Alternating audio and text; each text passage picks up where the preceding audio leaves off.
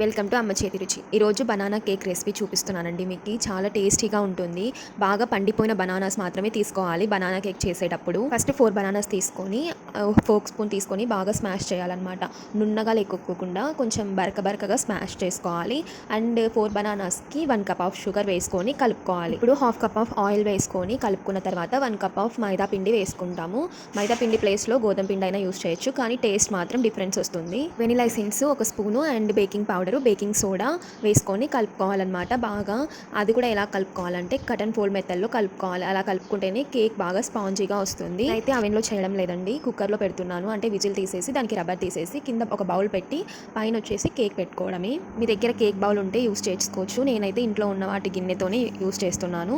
అందులోకి ఆయిల్ రాసుకొని కొద్దిగా మైదా పిండి చల్లేసి, ఎందుకంటే అతుక్కోకుండా ఉండడానికి కేక్ బ్యాటర్ని వేసి పైన చాక్లెట్ పౌడర్ చల్లాను. ఒక 20 మినిట్స్లో కేక్ రెడీ అయిపోయింది. చాలా టేస్టీగా, చాలా ఇష్టంగా తింటారు.